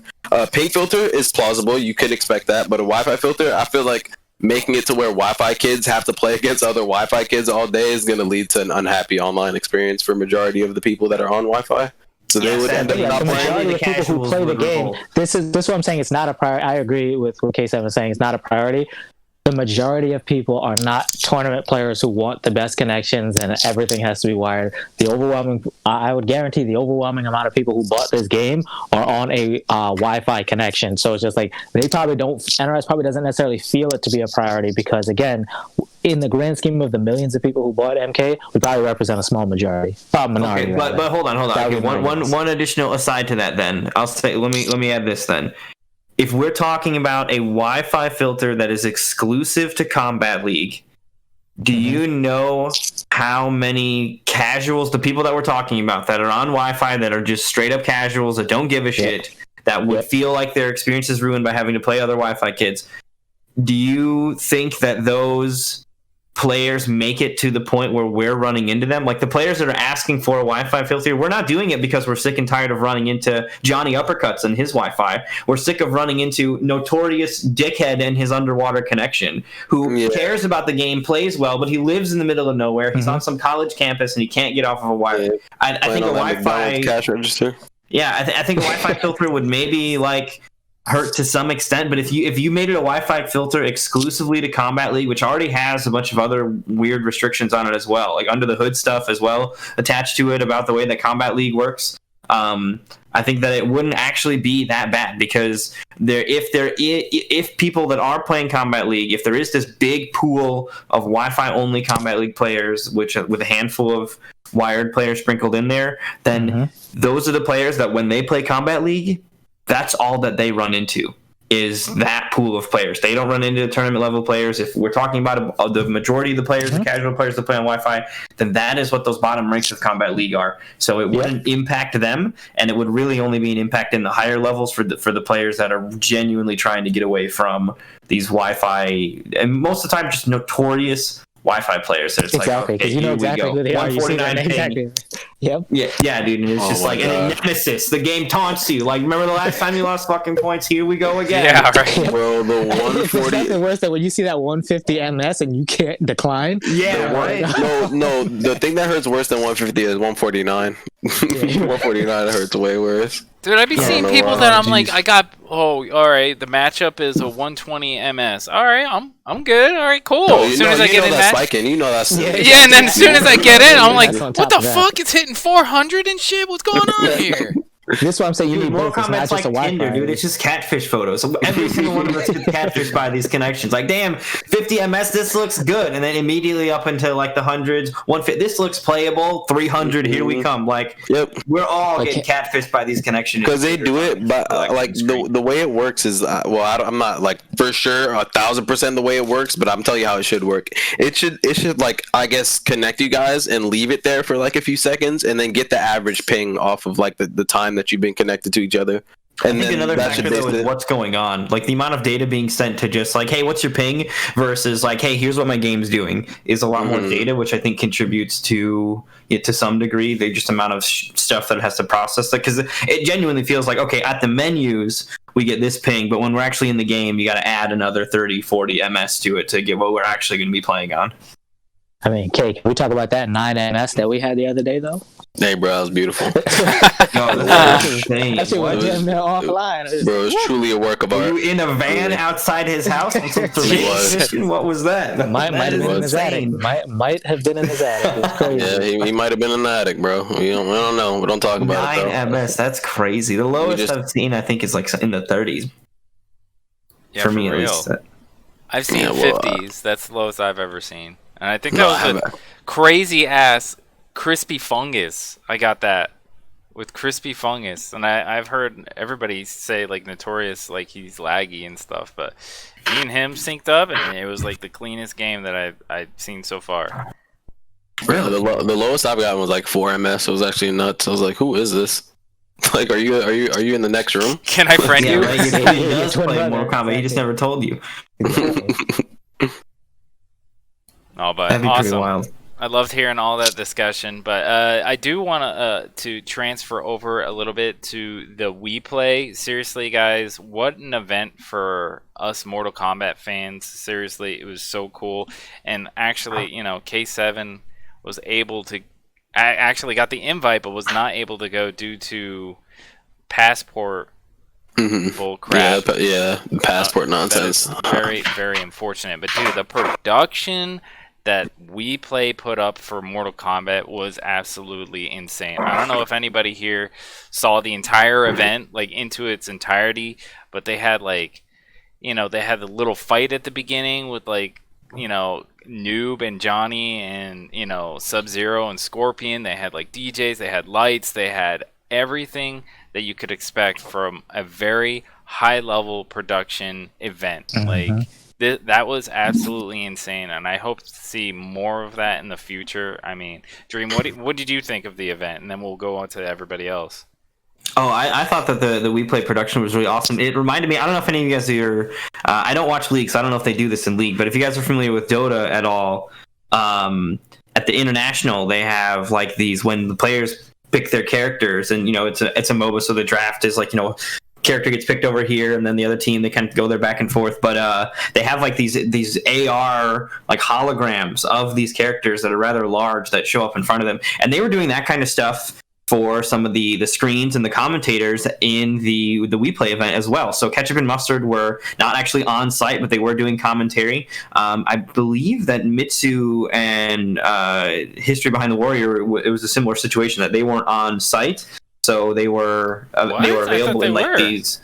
Oh, were they? I don't actually. Yeah, it seemed like they were there. They were doing the same thing. They were like standing on like the platform across the way. Okay, they were there. Okay. I didn't see their parts as much. All right, but so for Ketchup and Mustard, then the floating AR screens was super cool to have that like extra little layer. Just like the production values were really cool. They had the big green screen behind them that they were able to kind of swap in and out of. The stage that they made was beautiful. The robes that they had, KP, Big D, and Mr. Aquaman in were gorgeous. And all like, you could tell that they really cared about getting the theme right. This wasn't a case of just like, hey, we'll just kind of shove you here where you fit. It was like, no, we're going to make something catered to you. If you look at, you know, past instances of stuff that's happened like this, I can think of like MLG stuff that we had in the past. And, you know, MLG, they did nothing bad about them. They didn't do anything, you know, the stuff they did was good, but they never went above and beyond to this level. The only thing I can think of that was slightly like this was Final Combat, which sadly we didn't get to enjoy, but that was kind of elaborate with its stage. It matched the stage in the game, which was really fucking cool. We Play even outdid that. Oh, We Play totally outdid that. 100%. We Play outdid that. But I mean, that's the only other instance I've seen of people really catering to and bringing it out in Mortal Kombat. Now, part of that's because within the FGC, a lot of our events are shared, so it would have been weird to then have Tekken come out and play in Shang Tsung's temple. You know what I mean? Like, that wouldn't have been right. That is true.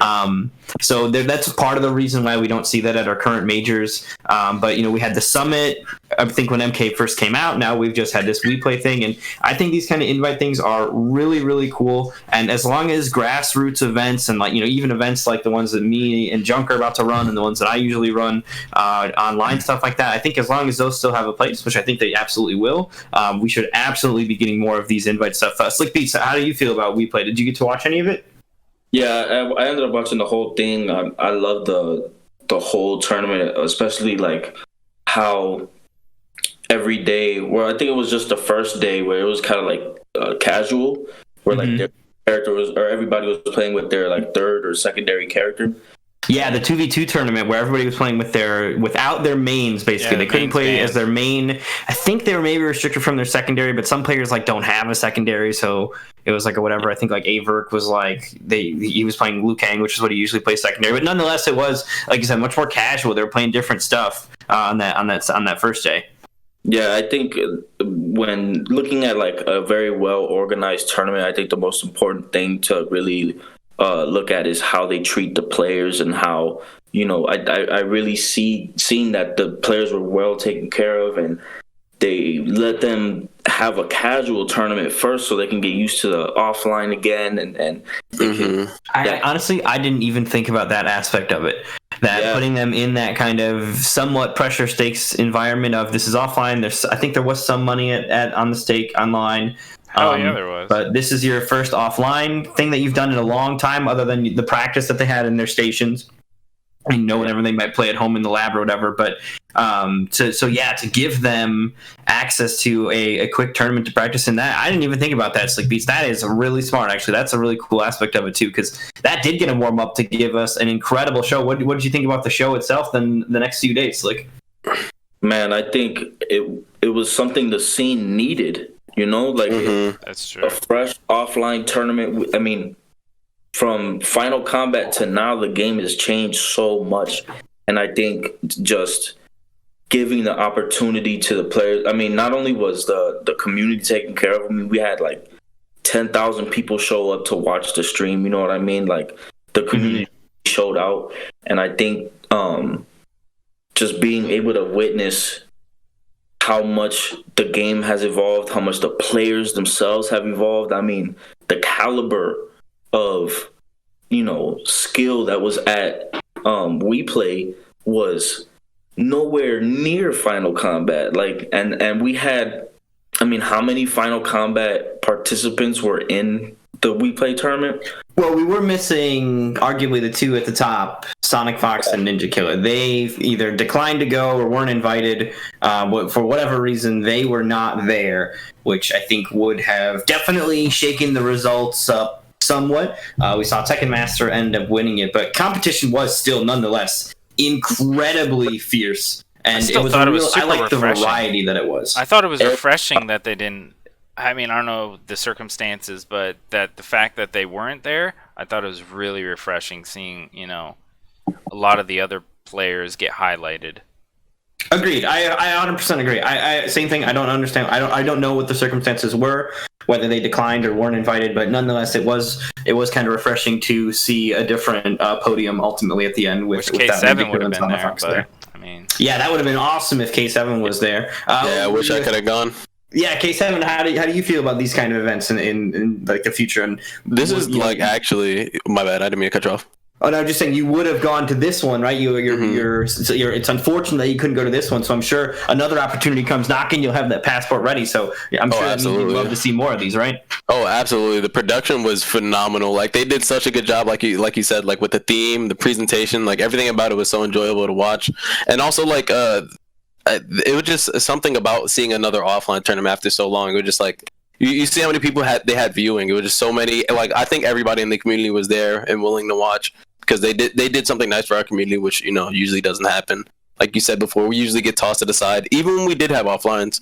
When there were like events like Evo was another big one. Bro, we used they to get canceled tossed to the us at side on that Evo. one a lot. We didn't get invited to it until Evo got pushed to online. Like Evo was like, all right, we're done with them. Okay, so absolutely, like, and that's I honestly hadn't thought about that either, but that is kind of ironic that, you know, Evo says whatever to you, and Evo didn't said it also to like Marvel vs. Capcom 3, well, or maybe it was supposed to be there, maybe they had to do a thing there, but nonetheless, Evo has said whatever to us, and now ultimately we're thriving and doing really, really well, which at the time that felt like oh dude, they just tried to execute our game. A public execution. They just said, "Hey, you're not invited to next year's Christmas party or whatever." I mean, how do you say to Mortal Kombat, the fighting game that sold the most copies out of all the fighting games, got Game of the Year, or for fighting games, what?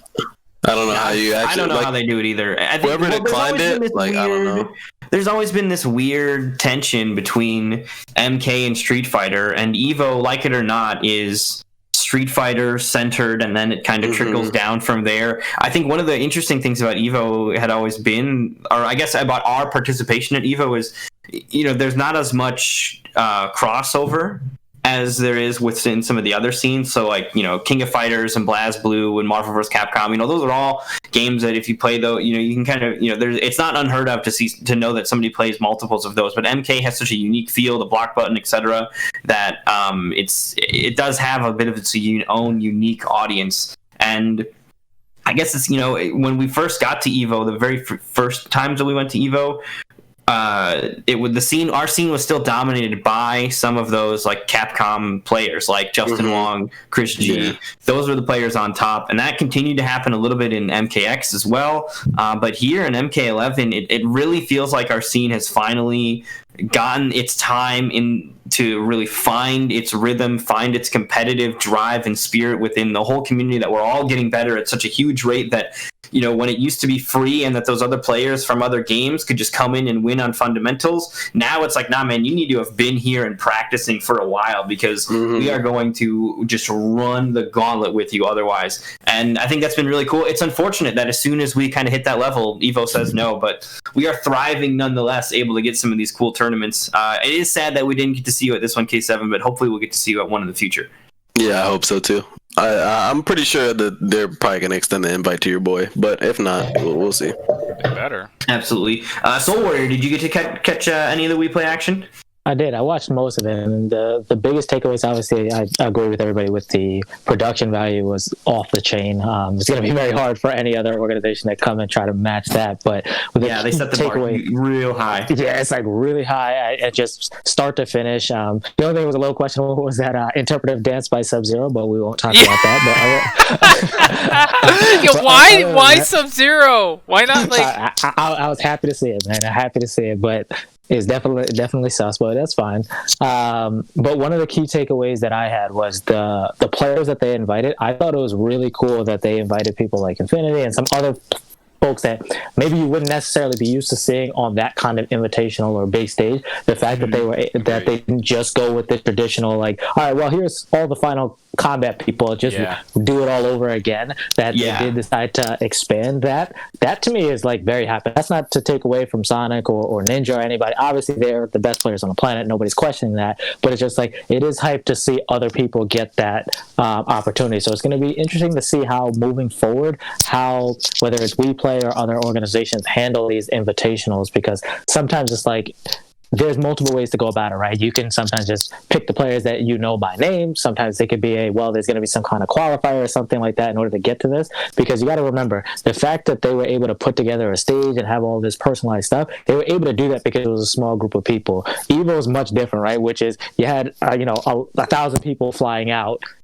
and participating in a tournament. Is going to be a little bit hard to have that personalized touch, as opposed to where if it's a small invitational, I think it affords you other opportunities. But if you're doing invitationals, you have to do it in a way that it doesn't just become stale and you're just inviting the same people over and over and over. That to me is going to be the balance that I'm looking forward to seeing. But yeah, production values, it's going to be hard to watch any other large tournament and not be on par with this.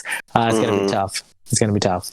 Yeah, and I 100% agree with the players that they chose. It was a lot of cool regional variety as well. We saw Tekken Master there. We saw Infinity there. We saw players from Russia, like Azerbaijan. I'm sure that I butchered the way to say that. Or maybe from CIS. Maybe he's not from Russia, but he's from I believe he's from the the Eastern European or whatever, which way? Yeah. So it was cool just from offline, like, or Avert coming from the online scene straight. Avert doing amazing offline. You know, we always hear people talk about, oh, well, online versus offline, and it's just like, again, more and more as we live in this world where online connections are getting better and the net code is getting better. I think it's just like you are going to see people who are going to be able to just go straight from online only to offline as long as they can, you know, withstand the pressure of being in those high pressure situations offline. To me, it's just awesome to see people get those opportunities. Oh yeah, and it gives us like a set of matchups that we wouldn't have seen. You know, like you mentioned the whole not doing Final Combat again. I 100% agree. Couldn't agree more, because we got to see matchups that are still extremely high caliber players, but not matchups that we had necessarily visited before. It was new territory in the matchup department. They also had a different kind of format that they ended up doing with like the Group A and Group B. So one thing that I want to comment on is I guess. So I mentioned earlier, I watched Dota. The host, I don't know if you guys are aware, that host that they had there, he's a Dota guy. He's a Dota commentator. Mm-hmm. That is where he initially got started and got all his whatever. And I believe, I didn't look too much into WePlay, but I'm sure that they've ran Dota events in the past. Yeah, they did. That's what the guy told me. When he messaged me with the invite, he was like, we ran Dota tournaments in the past. You can go look us up, you know, just to make sure everything was legit and everything. Mm-hmm. Yeah. So they perhaps in one instance the round robin event. I know fighting games have done that before, but they often don't. That might have been something from Dota. But what I guess the main thing that I'm getting at here is that I thought it was really cool that they didn't really pressure it to make it all quote unquote esports. Aquaman, K7, and KP, or Aquaman, KP, and Big D were all able to do their own thing, it felt like. And there wasn't like this awkward, like, you know, holding them back, like they were allowed to swear and stuff like that. Like, and I think that was really cool that they still let us be us. And I think that was an important thing that we all were kind of wanting to see as well. It's like, okay, this big giant esports organization comes in. How are they going to actually treat us? Now, none of us had seen the stage when we asked that question. So obviously they show that they care, they're listening, they are in tune with the game. There clearly are some Mortal Kombat fans that work there. It's not just a bunch of Dota people there that saw like, hey, can we turn this into money? Let's go. You know what I mean? And I think that was an important speculation that we had, and I think we can all kind of rest assured that they did a really good job by that, because they really let us do our thing, really leaned into our game, and really gave us the kind of love note that we wanted. Junk, you got any final thoughts about the WePlay event? No, I mean, I would love to commentate or even just do lighting for an event like that. It was phenomenal, dude. Honestly, the production value was mind-blowing. The augmented reality was top-notch. I mean, they even had, like, those DJs playing at the beginning. It's like, oh my gosh, dude, they spent no expense, and the huge prize pot, like, crazy. Yeah, 60K. Crazy. That was a lot. That's a lot. I want to see more. I loved it. I could literally like hug the guy who freaking set up that event and gave Mortal Kombat, you know, that kind of chance, because, you know, dude, you don't even see that level of production for Street Fighter or Tekken. No, it's been a while. They changed the standard, I think, on any of these kind of productions, and especially if it's like, again, I think the Mortal Kombat community didn't necessarily know who WePlay was. That's not to say they were unknown. It's just it was unknown to our community. For them to actually come in and it not be like, you know, a fly-by-night type of thing that we've seen in the past where somebody flashes money and then everybody kind of jumps out the window. Like the fact that they were like really put their heart and soul into it and gave us the best I don't think, like, say, in the history of NRS, I don't know if there's ever been a better production. And for them to come out and do that on the first one out, that's incredible to me. Yeah, they did a great job. I want to say, like, looking at other scenes, so CEO has like the fighting, the boxing ring that they do the top 8s in. That's maybe something in terms of like a cool stage. Obviously still not at the level that we just saw. And then like Capcom Pro Tour, the Capcom Cup finals, you know, they'll have like, you know, it's very esportsy, but it's like a big, like, you know, maybe like a digital representation of the player's main as he comes out. You know, it's like a WWE Titantron kind of thing, that kind of shit. That's like the most that we've seen, but definitely nothing on the levels that WePlay. WePlay really, really brought it, and it was refreshing. The scene needed it, and it really showed. You know, I haven't really heard anything negative about it. The player stories, which is, I think, a crucial element that sometimes gets overlooked. Like, well, the show was great, so who cares if the people that were there got harassed or had a bad time. No, the people that were there, they loved it. They felt safe. They had a good time. They were well taken care of. I think they got some cool care packages as well. So they did a fantastic job, and I really, really am looking forward to seeing some more of these. And of course, I would love to be able to work on one of these. And man, K7, you got to make sure you got your passport ready for next time. I'd love to see you on one of these stages. Oh, for sure, bro. I cannot wait. All right, so to close out this discussion, guys, seriously, I do want to thank everybody, including my co-host DreamxEater, for being here. Real quick, I'm going to start from left to right off the Discord. K7, where can everybody find you? And shout out your social media. I'm going to throw it up in the chat for you. All right, for sure. You guys can wait. Hold on. Yeah, you guys can go follow me on Twitch at K7_showoff. You can follow me there on Twitter as well. Same thing, K7_showoff. And if you want to go subscribe to the good YouTube, it's K7 space showoff. Since throw that man some follows. Throw that man some love. Frosty champion himself. All right, swinging on next, SlikBeatz. By all means, take it away, bro. Yeah, you guys can follow me on SoundCloud. I go by Slik_Beats with an S, no C. And then on Twitter, I go by SlikBeatz with a Z, no C. Awesome, man. Appreciate that. And last but not least, the beast from the East, my Shao Kahn brother, Soul Warrior. Go ahead and take it away, man. You can find me in retirement on Twitter, SOULWARRIOR71K, as well as also on Twitch occasionally. Static Warrior DYT. Awesome. And last but not least, the man, my co-host, my dude, DreamxEater. Go ahead, my man.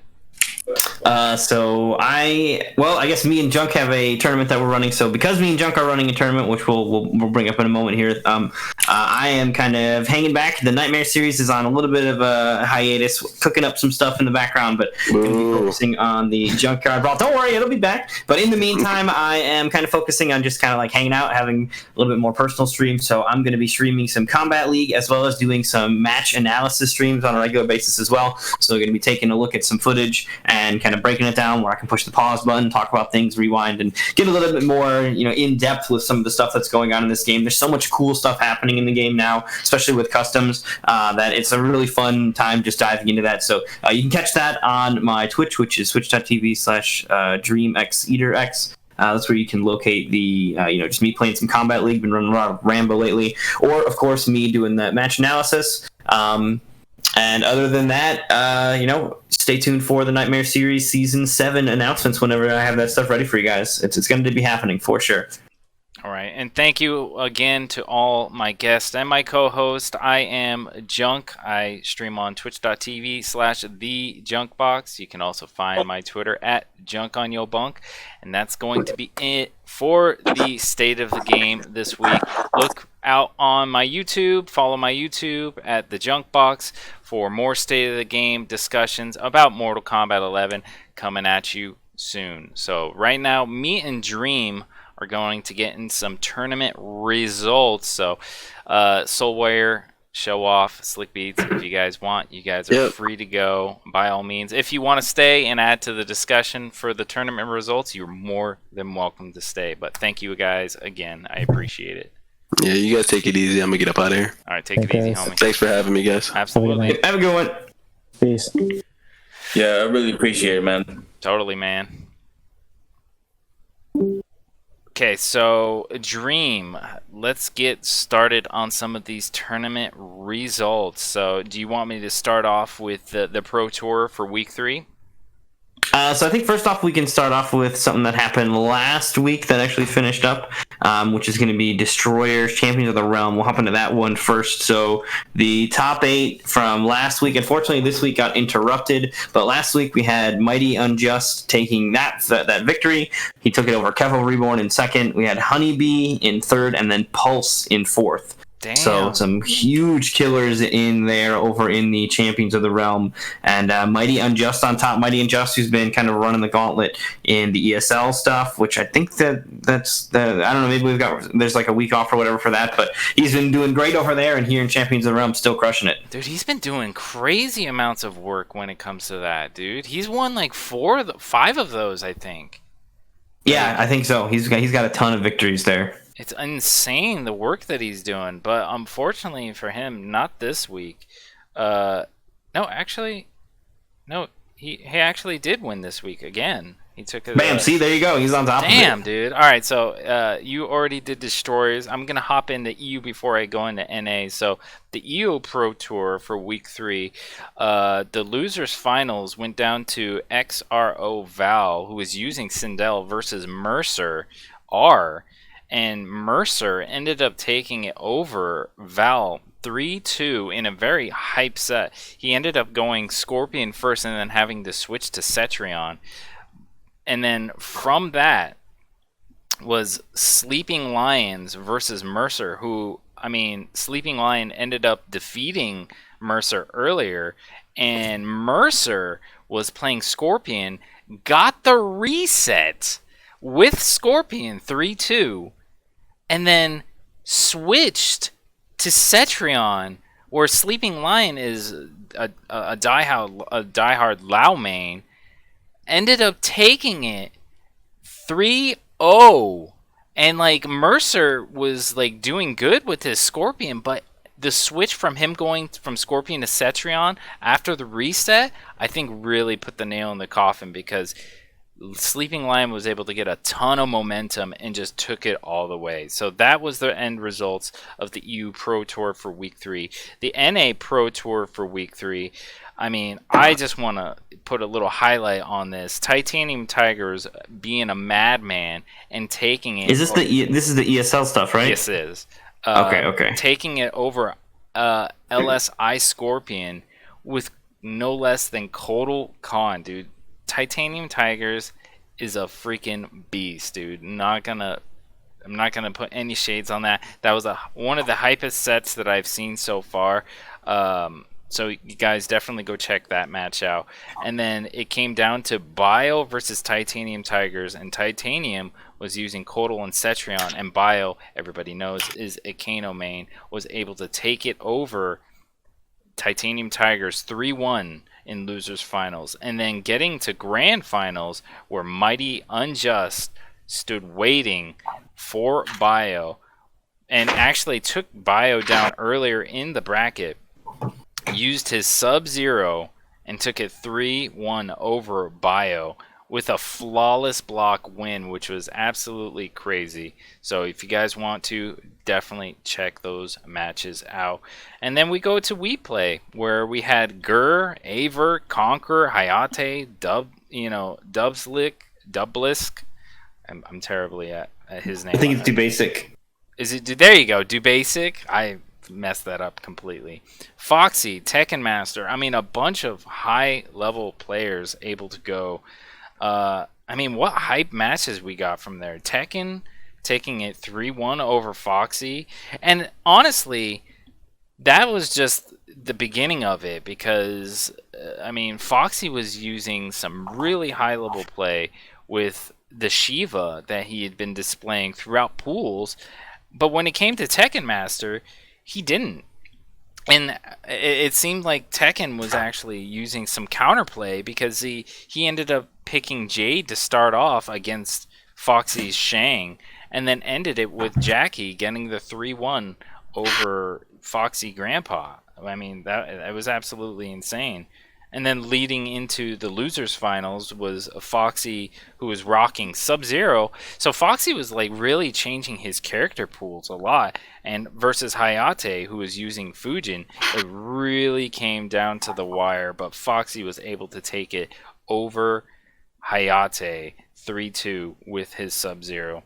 And then the grand finals, which I'm sure a lot of you guys got to see, was Tekken Master, who rocked Jackie throughout the entire set, versus Foxy's Sub-Zero. Literally took it 3-0 with the broken lady herself, upgraded next gen, Jackie Briggs. So, pretty hype matches, pretty hype tournament results throughout the week. So I hope you guys go out and check those out, because, I mean, there were some amazing matches. I don't know if you got to see him, Dream, but, I mean, some really good matches. Yeah, I got to take a look at them. I even did a match analysis on a Gur versus Foxy Grandpa match from the We Play Dragon Temple as well. So that'll be up on my YouTube channel at some point if you missed that. And I'm not sure if I'll be looking at more We Play matches. We'll see what kind of matches we get, but definitely going to be taking a look at some of the upcoming Pro Tour events and upcoming stuff, which, speaking of, there are a handful of upcoming events in the scene. First up, of course, the online Pro Tour, like the official NRS run. So not the ESL one, the NRS Online Pro Tour. It started over in EU. It actually happened at the same time as the We Play happened, but the US one starts, I believe, in like a week or something like that. So the online Pro Tour is going to be happening soon. So make sure that if you have a PlayStation and a wire and Wi-Fi is banned on that you do get involved with the online Pro Tour. Since we can't have an offline one, that is how the Pro Tour is going to be handled this season, it does sound like. And then we also, of course, in terms of upcoming events, have our Junkyard Brawl, the 2v2 Xbox tournament that me and Junkbox are hosting. It's going to be happening right here on this very channel, and it's going to be a 2v2 tournament for Xbox players. You know, we've seen the 2v2s kind of happening on the PlayStation side, and we wanted to make sure that the Xbox players had some cool events happening over here as well. So make sure you look out for the Junkyard Brawl. It's going to be starting on, I believe it's Tuesday the 29th. Is that right, Junk? That is correct, and it's a 5-week series, everybody. So it's not just one tournament. It's going to be a 5-week series leading up to the final week, which is the 5th week, which will be a finale. So I hope you guys sign up and get your chance. Find your partner and get in there, and let's brawl it out. And if you're looking for a partner, make sure to join either my or Junkbox's Discord. That's full of Mortal Kombat players, and there are other players out there that are looking for a teammate as well. So there is definitely some resources. As we get closer to the deadline, we're going to be also kind of looking to help out players that need a teammate, find a teammate, so that we can have a great 2v2 event. Already a decent chunk of players signed up as well, and we're looking to see more and more of you. I'm really excited to see the character matchups, the team matchups, all of it. It's going to be really exciting. You can sign up for that at smash.gg/junkyardbrawl. Yeah, absolutely, guys. And I hope you guys seriously sign up. But that's going to be it for the stream, the discussion, the tournament results that we go over here. So I hope you guys enjoyed. And again, special thank you to Dream for always helping me out and being such a freaking bud, dude. I just want to say we need a Bubs emote already, dude. We need it. Okay, people need to know the power of the Bubs. Bubs is his cat, by the way, everybody. It'll happen. It'll happen. I'll find a way. I gotta get a good picture of him, but we'll make a Bubs emote soon. All right, awesome. Thank you guys, everybody, and I hope you guys enjoyed. Have a wonderful night, and we'll see you next time. Yep. Have a great holiday, everybody.